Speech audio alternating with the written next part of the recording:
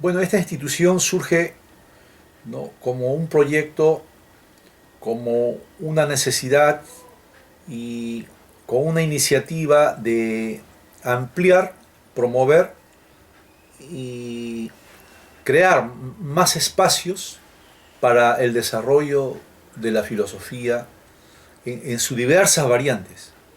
La filosofía de la ciencia, la filosofía política, la filosofía estética, la ética, la teoría del conocimiento y también todo lo relacionado con la axiología y la reflexión sobre el ser humano. Consideramos que la universidad no se basta con eh, propalar o impartir algunos cursos de lógica que los universitarios a veces lo llevan, ¿no?, como parte de su carrera, pero ahí termina todo. La filosofía más bien es mejor valorada cuando ya el ser humano está, ¿no?, en cierta estabilidad. Probablemente la filosofía es mejor recibida y mejor, digamos así, comprendida y estimada cuando las personas ya han recorrido ciertas etapas de su vida, no tanto como en la juventud, no tanto como en la vida universitaria, donde hay una carrera profesional y el curso de filosofía para las diferentes especialidades es apenas un punto en el espacio. Y para lo de especialidad de filosofía, muchas veces también la filosofía se convierte en un cuerpo de conocimientos árido y muchas veces alejado de los reales problemas, ¿no?, de la sociedad. No vinculan muchas veces, ¿no?, los pensamientos y las ideas y las grandes teorías filosóficas a las diversas problemáticas que existen fuera de la universidad. Muchas veces las cátedras de filosofía en la escuela de filosofía se convierten, ¿no?, en una apologética, en una exégesis y un tratamiento bibliográfico de los autores, que está bien, porque la filosofía no debe perder sus fundamentos. Y sin embargo nosotros, como Academia Peruana de Filosofía y Ciencia, creo que, ¿no?, somos, ¿no?, un complemento de lo que se hace en la universidad.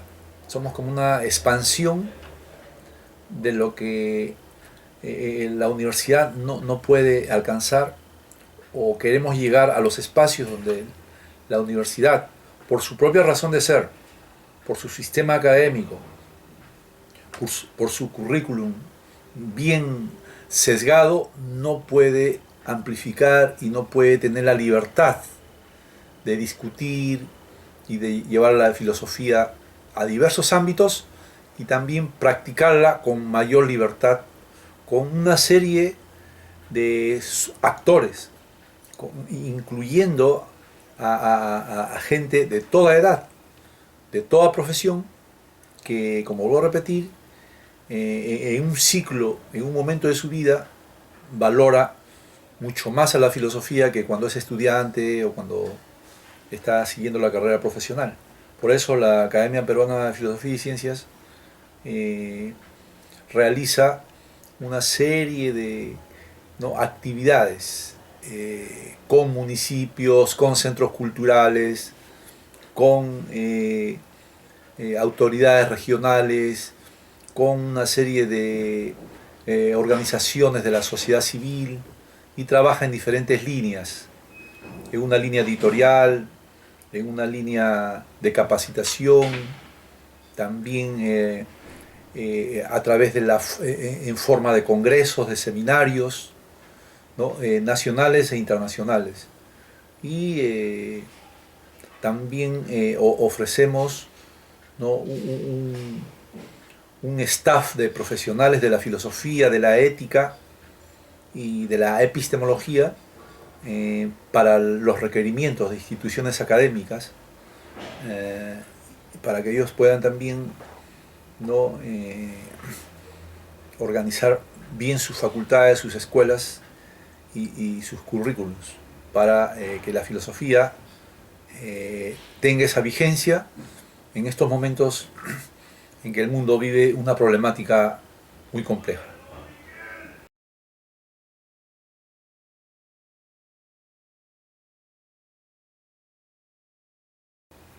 En este momento yo diría que hay dos planos.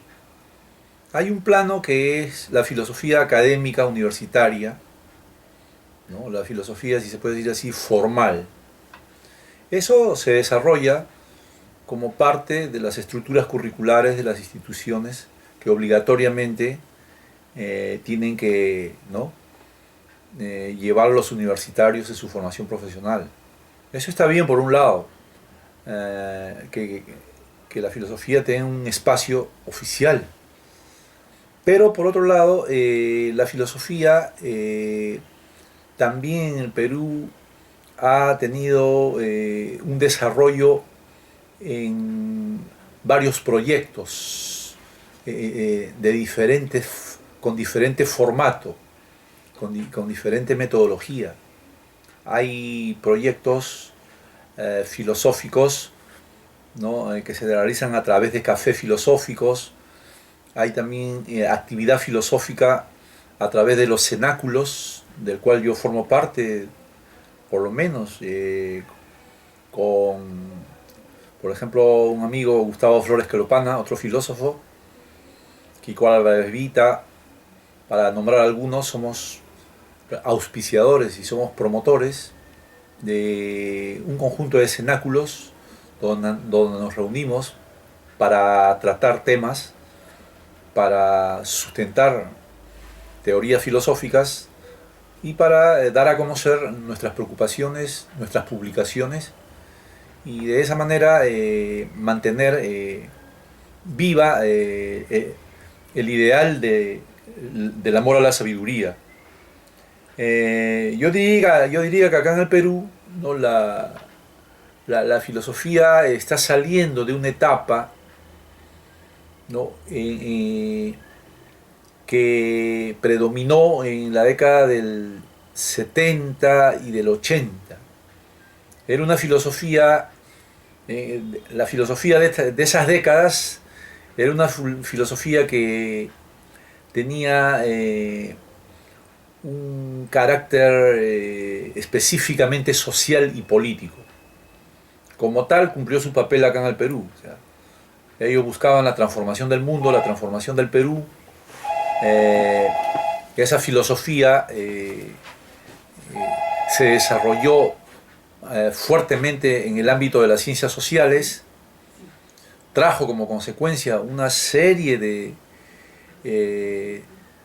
productos, una serie de conquistas en el sentido de descubrir y reflejar muchos aspectos y contradicciones en la sociedad peruana. Pero ese ciclo de la filosofía, ¿no? Me estoy refiriendo a la filosofía marxista, ese ciclo ahora, digamos, ya ha declinado. Más bien ahora se ha abierto un panorama mucho más diverso, múltiple, donde empiezan a rescatarse una serie de teorías filosóficas, una serie de escuelas que estaban como dormidas. Y además también aquí en el Perú, ¿no? Sin temor a equivocarme, creo que tanto como algunas autoridades universitarias, como la propia gente y la sociedad civil, se están dando cuenta que la reflexión, la crítica, el examen de las ideas, la divulgación del saber y la confrontación, ¿no? Dialógica de las ideas es algo que, ¿no? Permite que nuestra vida sea, digamos, no solamente más agradable, sino que de repente encontremos explicaciones mucho más sustentadas de ciertos problemas, ciertas encrucijadas que no lo podemos normalmente tener en la universidad, porque a veces en la universidad se lleva un curso de filosofía por única vez en la vida y muchas veces no encuentras otro espacio, otro lugar para volver a llevar el mismo curso con mayor profundidad y con mayor libertad. Y entonces nosotros creemos que tienen que haber esos espacios para que la gente nuevamente regrese a esas reflexiones universitarias de juventud, pero ya con una carga espiritual mucho más rica y axiológicamente mucho más desarrollada. Y yo creo que la filosofía en el Perú tiene muchas perspectivas. Los riesgos y las amenazas que pueda tener simplemente son la falta ¿no? de espacios en los medios de comunicación, tal vez, o también ¿no? el acortamiento de todos los proyectos de desarrollo científico y tecnológico en las cuales no hay participación de filósofos en esos equipos, ¿no? de proyectos de desarrollo estratégico para el país, como sí ocurre en otros países donde a partir de un focus group o a partir del análisis de un proyecto a nivel nacional, a nivel regional o a nivel empresarial, participa un filósofo, participa ¿no? Un profesional de la filosofía aportando y ampliando el panorama y orientando ¿no? críticamente una situación dada.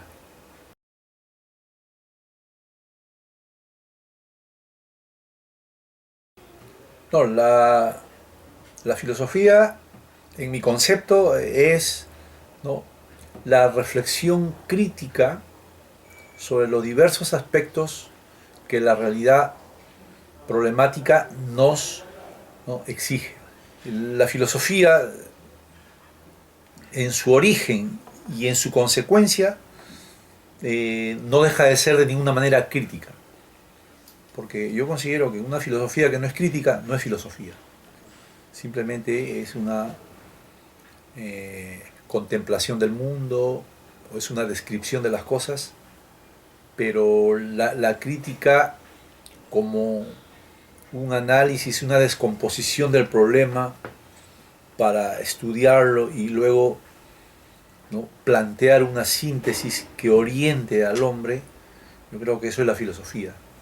Dejando de lado, y por supuesto también, yo no estoy de acuerdo ¿no? con aquellos que dicen que la filosofía es un saber reflexivo, pero detrás de eso muchas veces la filosofía creen que es un enredo, que siembra dudas, que la filosofía te confunde más, que la filosofía es un saber complejo, con un lenguaje oscuro.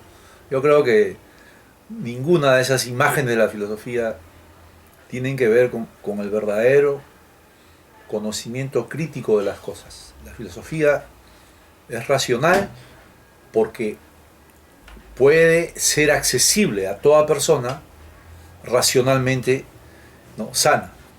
El filósofo no tiene por qué ser un enredado, un dudoso, un sembrador de confusiones o una persona que te conduce a la nada. El filósofo tampoco no tiene una verdad absoluta, sino tiene recursos que orientan a la sociedad en momentos ¿no? álgidos, que orientan a la ciencia, que orientan los diversos aspectos de la educación y los diversos aspectos ¿no?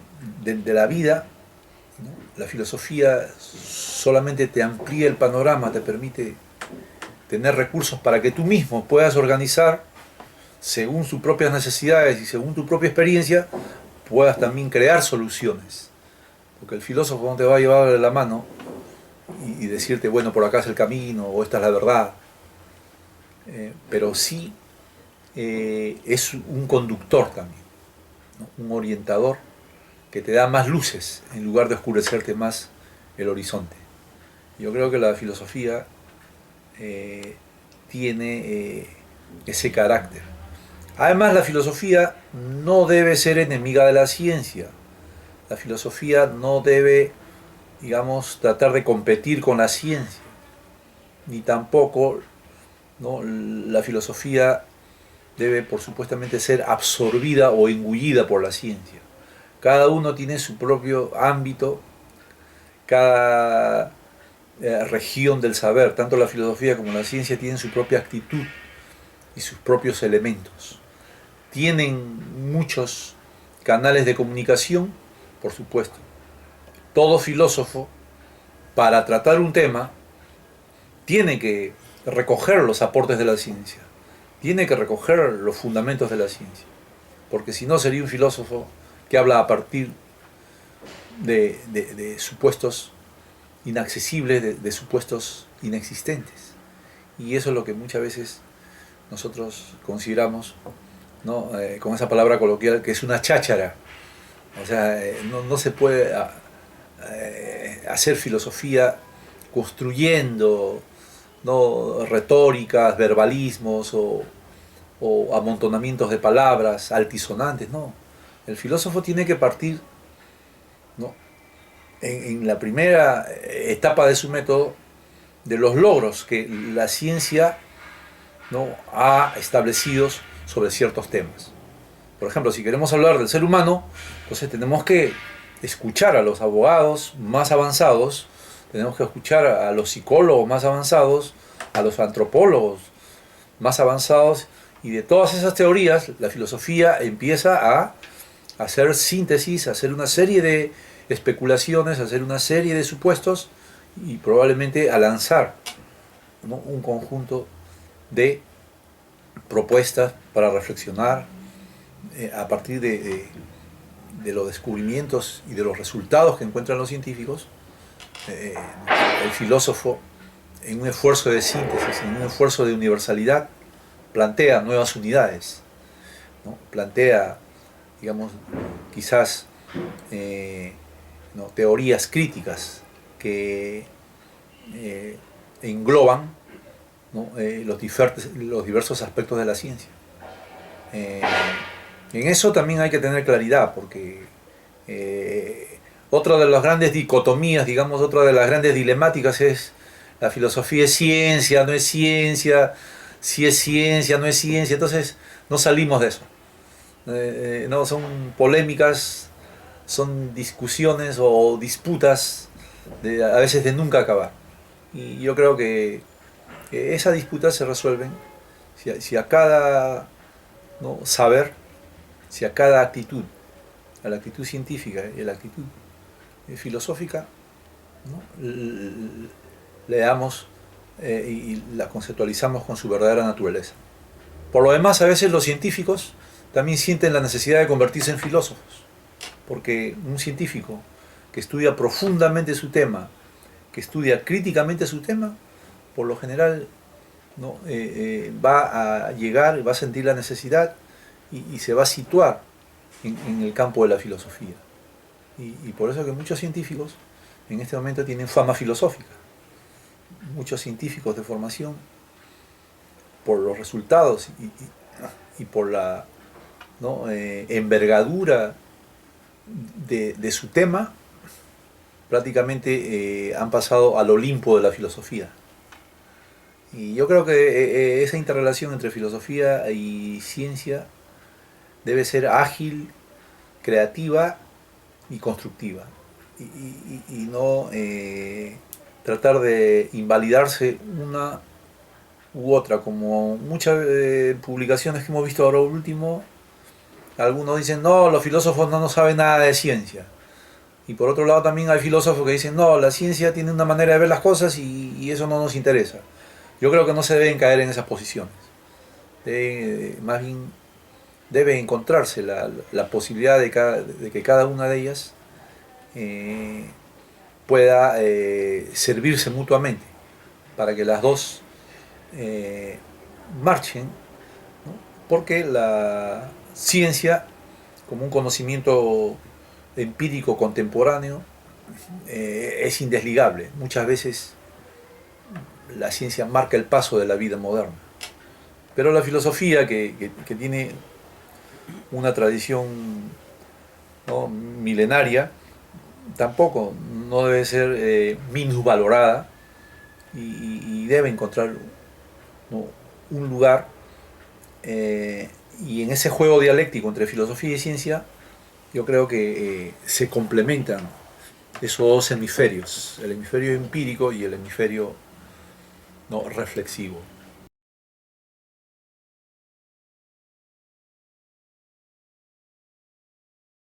Eh, los planes son seguir adelante con el desarrollo de la Academia Peruana de Filosofía y Ciencias en el área de investigación, justamente como la universidad muchas veces por sus obligaciones académicas, por sus obligaciones pedagógicas y didácticas, no, no le da un respiro, no le da un espacio al profesor para que se dedique a producir, a investigar un tema.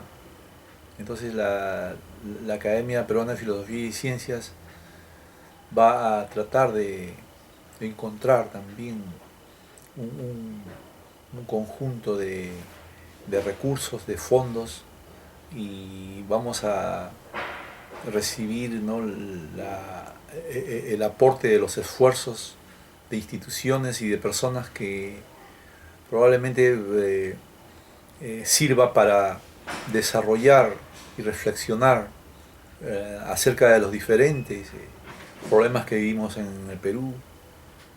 Por ejemplo, se habla de la crisis de valores. ¿Quién investiga sobre los valores en este momento? Prácticamente no tenemos especialistas en axiología. Tenemos profesores que, bueno, pueden saber algunos temas de la axiología, pueden dar una opinión, pero por ejemplo un libro peruano sobre axiología, un texto universitario sobre axiología, o un libro orientador sobre qué son los valores y las teorías clásicas de los valores. Porque como te repito, tampoco no se trata de hacer un libro donde uno empieza a hablar sin ton ni son de los valores, sino que un libro también tiene que tener, ¿no?, una utilidad, no solamente para impactar o con un lenguaje efectista, sino debe servir, ¿no?, como un texto universitario, debe servir como un texto también del cual pueden derivar libros tal vez para la educación secundaria o primaria, y ese tipo de producciones muchas veces en la universidad no existen. Es como decir, una historia de la filosofía en el Perú tampoco, una historia de la filosofía hecha por peruanos tampoco hay. Siempre nos valemos de historiadores españoles, a veces argentinos, mexicanos, europeos, pero ¿por qué los peruanos no podemos hacer una historia de la filosofía, no solamente de Latinoamérica, sino también del Perú? Tenemos una historia, una breve historia, un proyecto de historia que dejó, ¿no?, el profesor Augusto Salazar Bondi, pero prácticamente él nos ha dado un aporte que es un proyecto. Eso faltaría desarrollarlo, eso faltaría convertirlo en un texto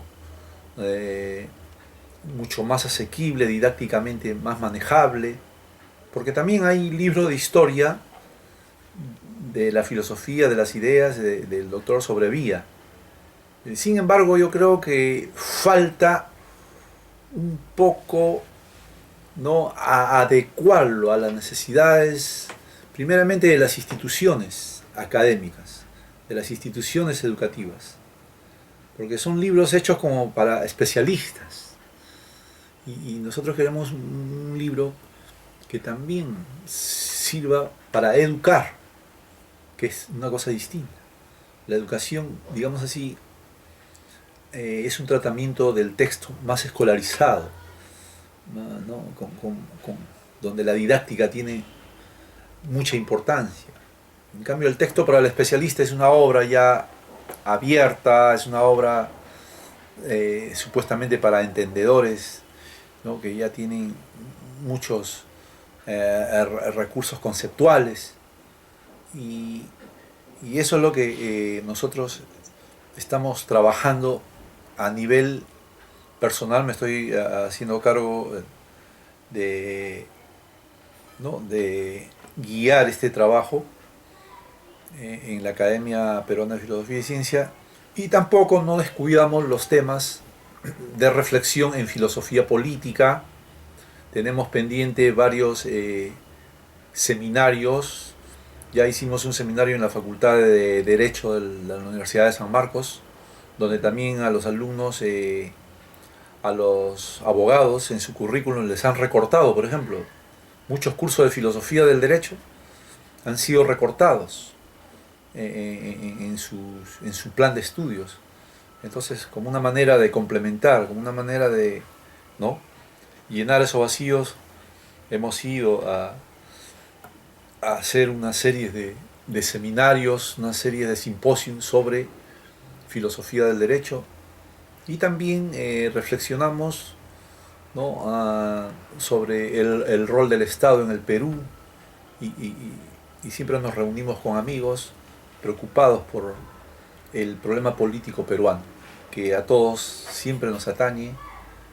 Y por un lado, por ejemplo, estuvimos viendo cómo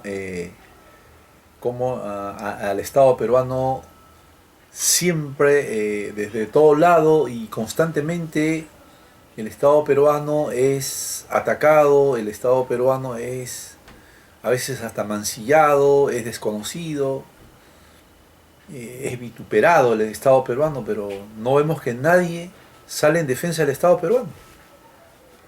Claro que tampoco no se trata de defender al Estado peruano, ¿no?, con todos los inquilinos que tiene en el momento dado.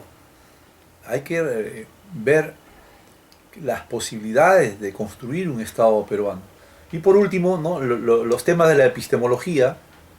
Los temas de la epistemología, la filosofía y la ciencia también nos preocupa bastante, ¿no?, porque en realidad la epistemología es la base de la investigación, es la base del quehacer científico. Y también la epistemología es el requisito previo para establecer políticas nacionales de investigación científica y tecnológica, que es lo que me parece que va a convertirse en una necesidad primordial para cualquier gobierno, ¿no? Cómo empezar a tener un desarrollo sostenible, pero a partir ya de producción de artefactos, ¿no?, hechos con principios científicos, o cómo aplicamos principios científicos a la producción, a las fuerzas productivas peruanas. Y eso va a implicar también, primero, un debate sobre lo que es ciencia, lo que es tecnología y lo que es técnica, porque acá en el Perú hay una confusión tremenda entre eso, ¿no? Hay colegios que se dicen tecnológicos, pero enseñan a pintar, a soldar. Eso no es tecnológico de ninguna manera. Y también hay universidades, ¿no?, que se ponen el título de tecnológicas, pero sin embargo en la universidad no se tiene claro. En la universidad se hace ciencia pura, tecnología se hace en los institutos. Entonces aquí hay como una especie de confusión, y si todas esas cosas no logran organizarse, no logran definirse adecuadamente, entonces vamos a seguir a la deriva. Y entonces, a partir de ahí, nosotros también queremos hacer aportes, sobre todo porque parece que ya hay mucha gente consciente también de que, ¿no?, acerca de la pregunta que me hiciste sobre el estado de la investigación en el país, hay algunas ya preocupaciones concretas que vienen de los políticos. Por ejemplo, va a regresar la exigencia de la tesis para optar el bachillerato. Pero como ya te dije también, no es simplemente, ¿no?, que el alumno pueda o no pueda hacer la tesis, sino cómo esa tesis, ¿no?, es viabilizada, cómo esa tesis es revisada, cómo es corregida, cómo es aprobada. Todo eso es un trabajo que no se puede hacer improvisadamente. Justamente, ¿no? Ya te decía que en el pasado tú presentabas una tesis, para aprobarte la tesis, para revisarte la tesis demoraban 1, 2, 3, 4 años. Y eso causaba desánimo no solamente en el investigador, sino también en el simple estudiante profesional. Y por eso se optó por el bachillerato automático, que fue la negación total de la investigación. Ahora, va a regresar el requisito de la tesis, el requisito de una investigación para optar el bachiller, pero ¿en qué condiciones? Y esperemos que eso reimpulse la investigación en el país, pero no debe ser simplemente un requisito, sino debería venir acompañado, ¿no? Como ya quedó dicho, de un conjunto de medidas y de una institucionalidad de la investigación científica en nuestro país, para que, ¿no?, hayan esos, digamos, vínculos, esas arterias que conecten la universidad con las fuerzas productivas, que es el ideal de todo Estado que está en boca de toda crítica, pero que todavía no se resuelve.